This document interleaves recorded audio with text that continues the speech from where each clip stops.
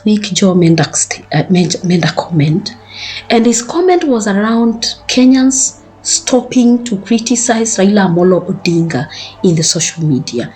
What he was actually trying to tell us is that we are supposed to say only positive things about Raila Amolo Odinga and promote and support his campaign for the African Union chairmanship.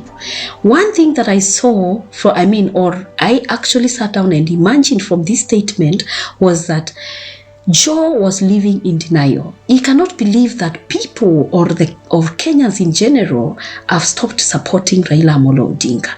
Actually, Kenyans have been supporting Raila Amolo Odinga for the past, I would say, 2 decades at a stretch, or even more.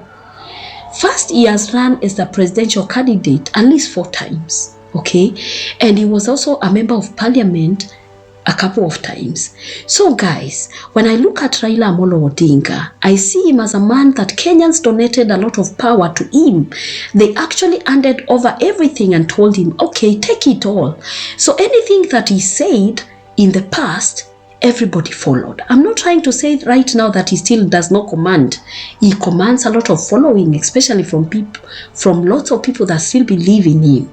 So guys, we are not saying that Raila should not be free to get an African Union chairmanship, but the point of the matter is that he is actually getting this chairmanship in the African Union at a time and a point when Kenyans needed him the most. First and foremost, he was the main opposition leader. He dropped that role. Kenyans voted for him. He dropped the role. And now he's seeking African Union chairmanship.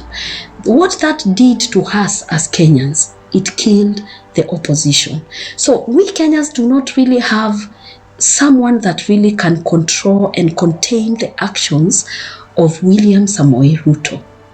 So the reason why Kenyans are angry with Raila Amolo Odinga is because they believe he could have just closed down his career at a higher level by supporting the country that he actually, the country that he comes from, the country that has actually given him a lot of power over the years.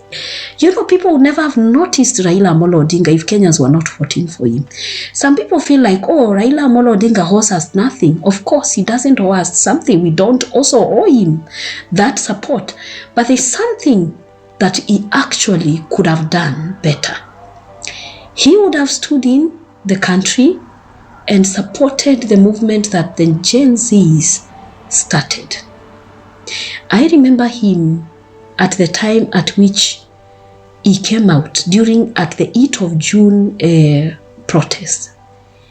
And he went and saw the amount of people that were deleted, their bodies, and he said nothing. He said something. People thought he was never going to accept that.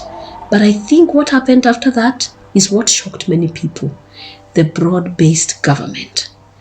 One thing that somebody like Joe cannot believe at the moment is the fact that Kenyans have lost interest in anything that has to do with what they used to say.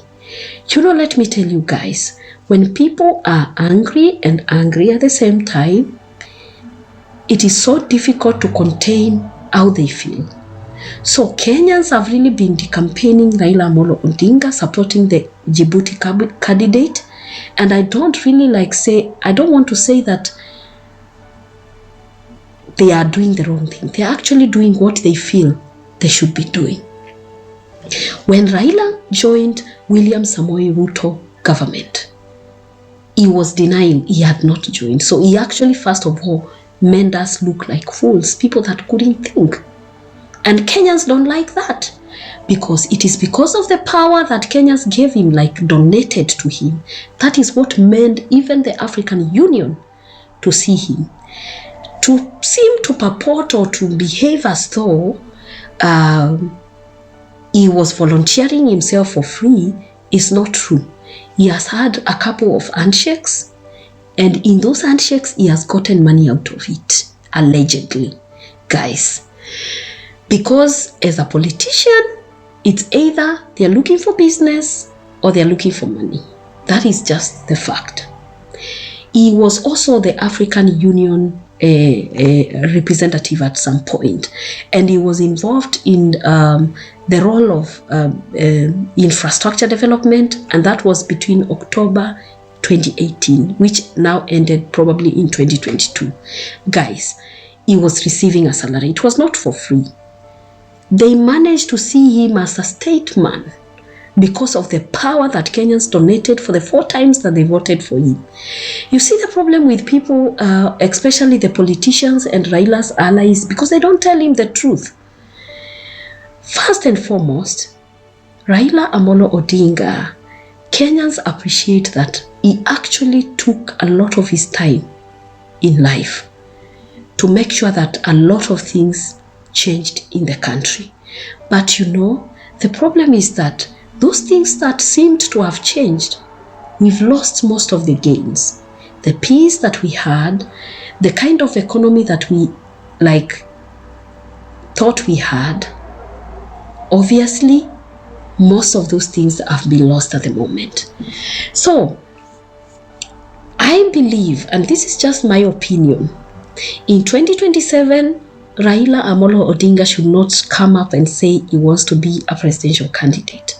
First and foremost, he will be 79 in January, and it is just not fair for him at that age to be wanting to lead the country. I think if he happens to get the AU position, which I wish him the best of the luck, he should just get satisfied with that.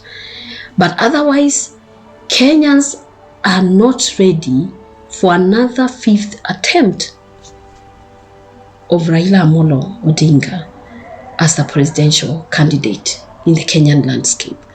The one thing that is not very clear is whether he's going to support anybody else, or is going to use that power that we've donated for him to endorse somebody that could change the lives of Kenyans.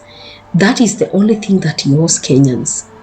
Because actually, this power, the loyalty that we gave him for 5 years, it definitely has something. Guys, I don't know what you think.